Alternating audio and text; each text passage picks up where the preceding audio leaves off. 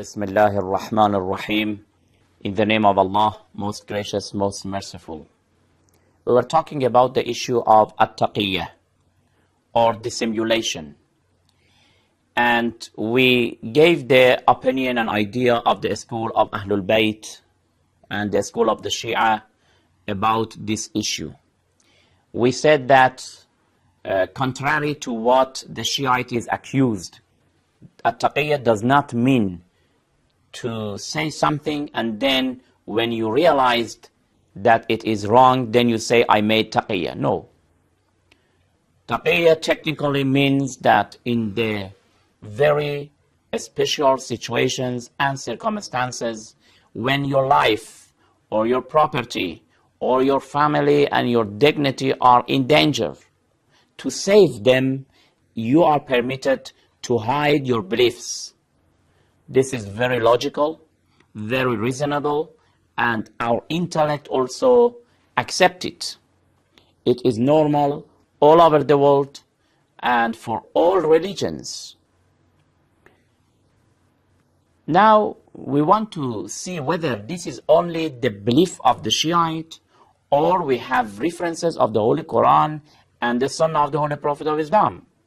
We made mention of a verse of the Holy Quran which approves the issue of at-taqiyyah. It is in chapter 16, verse 106. This verse is talking about a story, and this story is about one of the companions of the Holy Prophet. His name was Ammar. Ammar was son of Yasir and Sumayyah. His parents were killed by the polytheists because they converted to Islam. And also they wanted to kill him because he had converted to Islam. But Ammar, to save his life, he pretended that he was not a Muslim. And they did not kill him. Then they came to the Holy Prophet of Islam that, oh, Ammar has not said the truth, or he has concealed his belief.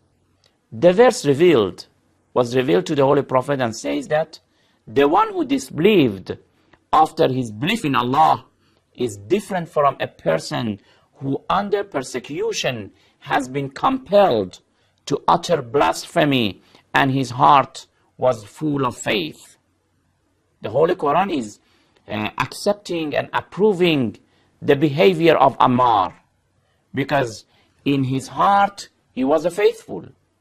But just because he was under persecution and he was compelled and obliged, this made him to say something which was blasphemy and which was not desirable by Islam. Therefore, brothers and sisters, taqiyyah or dissimulation is accepted by Islam. It is, in fact, approved by Islam. Now, we want to see whether the brothers of the school of Sunni, do they also believe in taqiyyah or not? The answer is positive. They do. We just quote one of the sayings of one of the biggest scholars of the world of Sunni. And you can find this opinion in the book of At-Tafsir Al-Kabir by Imam Fakhr Razi. Under this verse, in chapter 16, he says that taqiyyah or dissimulation is permitted in Islam. It is permitted. Then he put forward a question and says that, is taqiyyah permitted only to save the life, or for saving the property also it is permitted? He says that yes, for the property also it is permitted.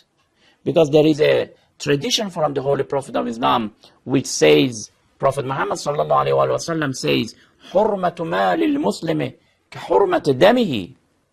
The sanctity of the property of a Muslim and believer is the same as the sanctity of his blood.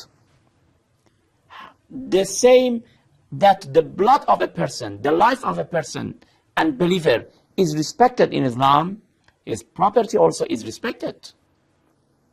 Therefore, he says that for saving the property also you are allowed and you are permitted to make taqiyya or dissimulation. Then he says and narrates another tradition from the Holy Prophet of Islam, who said, "Man qutila duna malihi fahuwa shaheed." A person who is being killed for saving his property, he can be considered a martyr, shaheed in Islam. What does it show? It shows that the property of a believer also is respected.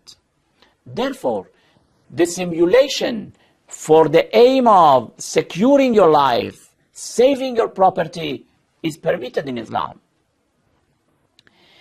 Then the very same scholar, Fakhr Razi, brings the opinion of another scholar who says that taqiyya was permitted when the government of Islam was very weak. But these days, the Islam is very strong. We are not allowed to make dissimulation or taqiyya. Fakhr Razi does not agree with him and says that no, the issue of taqiyya and dissimulation is permitted to the end of this world until the day of judgment. It is not allowed to say that it is only for a specific time. It is allowed for every time. Therefore, brothers and sisters, you see clearly that it is not only the Shia who believe in the issue of at-taqiyya and dissimulation, but also the Sunnis, they do believe. And here I would like to clarify and to say that taqiyya is not necessarily because of fearing. Because the man is fearful, then he makes taqiyya. No. Taqiyya is a tactic.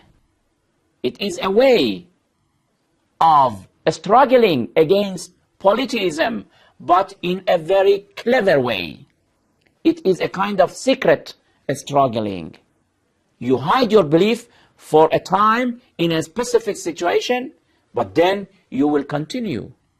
Therefore, we say taqiyya means that in situations that your life, your property, your dignity and honor is in danger, in that situation, Islam has permitted us to dissimulate, to hide our belief, not to say it.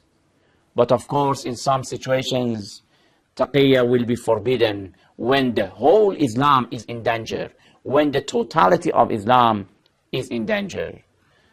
We will continue, inshallah, about the beliefs of the Shiite in other programs. Until then, thank you very much. Wassalamu alaikum wa rahmatullahi wa barakatuh.